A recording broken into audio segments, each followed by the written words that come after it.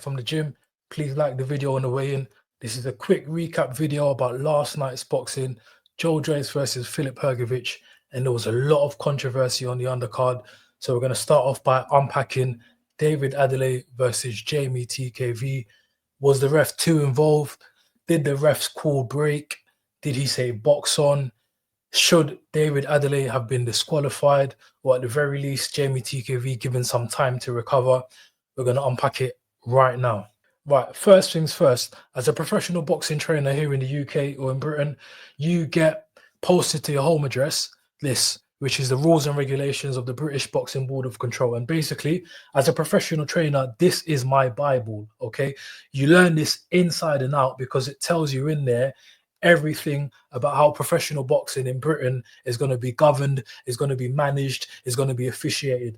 Everything you need to know about how boxing runs in this country is in this document, and that includes how the referees can officiate, what they can do, what they can't do, what this means, what that means. And it's important for me as a trainer to learn this inside out and to basically translate it to my boxers before they get in the ring, so they know that in the event of this, you do this. In the event of that, you do that.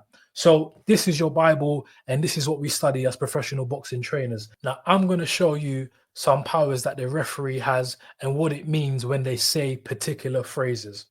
Right, here we go. I've got it on the screen here. These are the rules of boxing by the British Boxing Board of Control. And I'm just going to scroll down to regulation 3.39. When ordered by the referee to break, both boxers shall immediately take one step back before recommencing to box. The parting of boxers by force should be avoided if possible. Now, what does that mean? Simply, that means if you are in a clinch, okay, you and your boxer are wrestling or you're together, you're caught up in a clinch, the referee shouts break, immediately you should step back. There should be no punches thrown when the referee says break, okay? The referee says break, no punches. You step back until the referee either says box on or he signals that you should resume boxing. But the moment he shouts break, no punches should be thrown. Both boxers should step back. Now, realistically, does that always happen? Do boxers step back immediately when a referee says break? No, usually they're still clinching, they're still wrestling on the inside. So what the referee sometimes can do is get involved and sort of separate them, okay? But you can see it there. The parting of boxers by force should be avoided if possible. So ideally, the referee shouldn't be getting too involved physically with the boxers trying to separate them, but sometimes he has to if they're caught up in the wrestle. But regardless, no punches should be thrown after the referee has said break until they have been separated, and then he has said box on or signaled for them to resume boxing. Right, let's have a look at the exchange between David Adeleye and JaMieTKV, and we're going to listen out for what the ref actually said. Now, I'm going to try and do it frame by frame. Of course, we don't want to get copyrighted, but I think you're going to be able to get my point quite clearly. Right, so they're caught in a clinch now. The ref's going to give two clear instructions. Let's listen to what he says. What it was that he was... So you probably might not have caught that, but he just shouted break. They're caught in a clinch. The referee shouts break. That's his first instruction. Break. They're still in the clinch, but he did shout break. So at that point, there should be no punching. The boxers should really step back at that point. Now, obviously, they're in the heat of the moment. You know, they're boxing, they're wrestling, they're in a clinch. The referee shouted break, but they're still in the clinch. What does the referee do now? Even louder, he gives the same instruction again. He shouts break one more time. Now, at that point, both fighters have definitely heard him. What should they do by the rules? They should step back, separate, and wait for the ref to either say box on or give a signal, give a command for them to resume boxing. What does the ref do here? He shouts get off, okay, to either Adeleye or TKV. He shouts get off or something like that. But if you watch just here, you might not be able to see it from this clip, but he physically moves JaMieTKV's left arm down, okay? And remember what the rules say, the ref should avoid, if possible, physically using his physical force to separate the boxers. Now, of course, you know, it's the heat of the moment. Sometimes you're going to have to get involved. But what happens here? David Adeleye lands a big left hook. It's a free shot, a free punch. From that point on, really, Jamie TKV's hurt. And in my opinion, he doesn't recover. And that's really what does the damage. So let's just break down what's happened there. And I would encourage you to watch the official highlights. I just don't want to get copyrighted. But they're in a clinch. They're in a hold. The referee shouts break once. They don't step back. The referee shouts break again. He also physically moves Jamie TKV's left arm. David Adeleye lands a free shot. Jamie TKV doesn't recover from that point on. So again, remembering what the rules state, when the referee says break, both boxers should immediately separate and no punches should be thrown until the ref says box on or he signals to resume boxing. Now, it's the heat of the moment. It's a fight. You're in a clinch, you're wrestling, you're boxing. The instructions aren't always going to be clear to you as a boxer. Sometimes you're going to make an honest mistake. David Adeleye throws the left hook.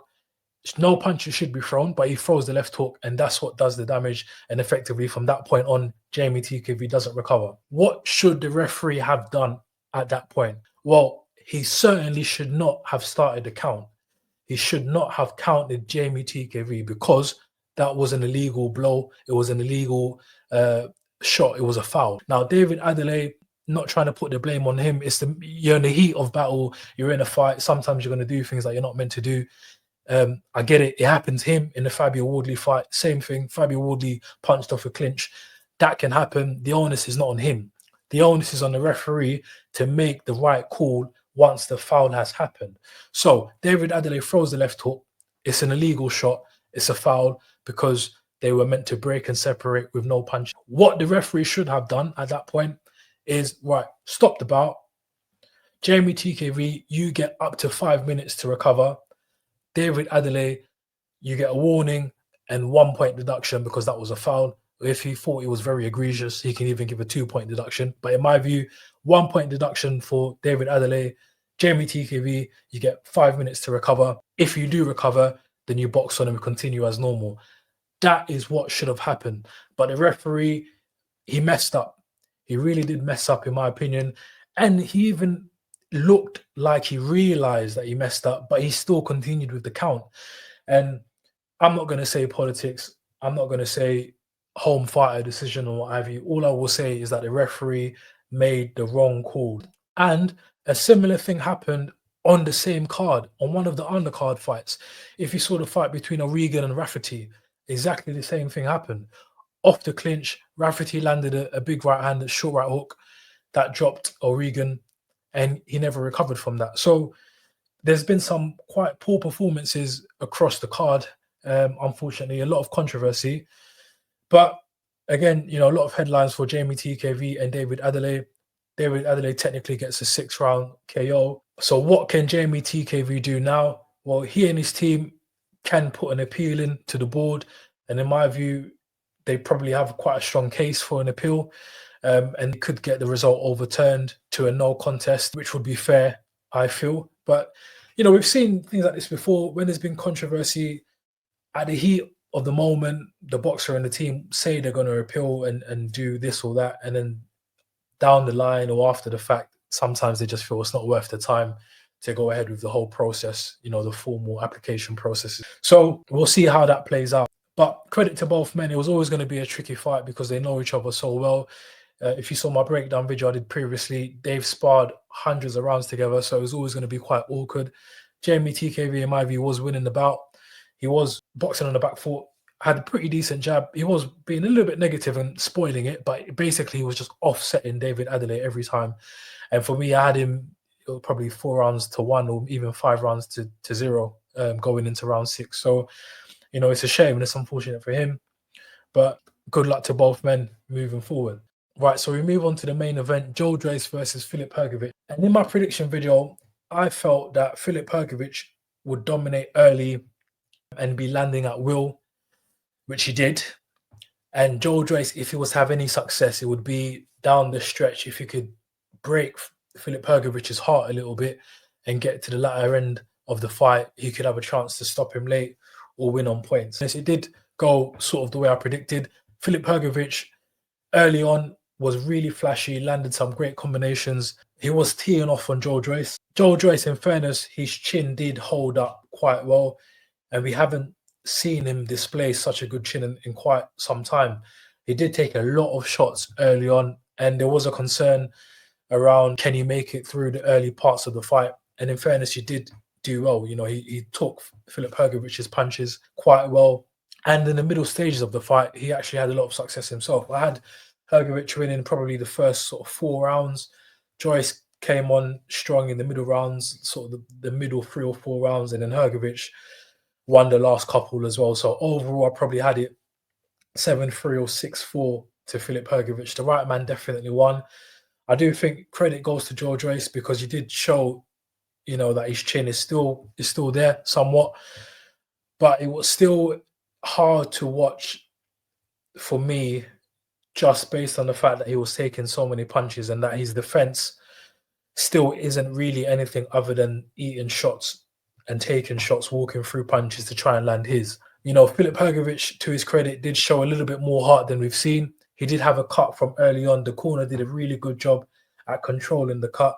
But we have seen Hrgovic in previous fights, when he has a cut or something's going wrong early on, you'd find that that can break his heart. He'd lose interest, become a bit disillusioned, and then towards the end of the fight, he'd slow down. Whereas in this fight, although Joe Joyce did take over the middle stages of the fight, Filip Hrgovic did rally, did get a second win, and did start to control it again later on. So for me, that showed a bit of mental strength that I haven't seen from him before. So credit to both men. Good fight. Where do they go from here? I'm not going to say Joe Joyce should retire. I know there's been a lot of videos online, post-fight reviews, where people are sort of calling for that. And I understand why.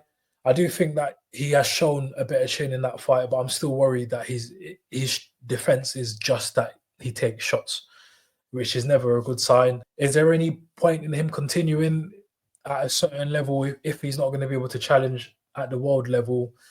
You know, should he remain at fringe world level, at British level, and continue boxing at that level? I'm not so sure, but one for him and his team to consider. I'm not going to, you know, put anything out there in that way. Filip Hrgovic, where does he go? It's a great win for him. Been out of the ring for a long time, a new trainer in Abel Sanchez, so they were able to have 10 rounds to work together, work on things. I'm sure he'll get back in the gym, get fitter, get stronger.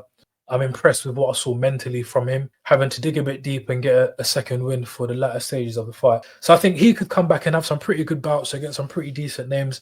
I'd love to see him and Dillian Whyte. I think Dillian Whyte said he wasn't impressed, so he called him out after the fight. I think that's a good bout between the two of them. It'd be interesting. But that was just a quick post-fight recap, post-card recap. Great night of boxing. Shout out to Queensbury Boxing. You know, big ups to Joe Joyce and Filip Hrgovic, David Adeleye, TKV, and everyone else on the undercard. Good night of boxing. And that's just my thoughts as a boxing coach. So if you like the video, please like the video. You know, comment, subscribe. Love to hear your thoughts on the matter. And we'll leave it as that.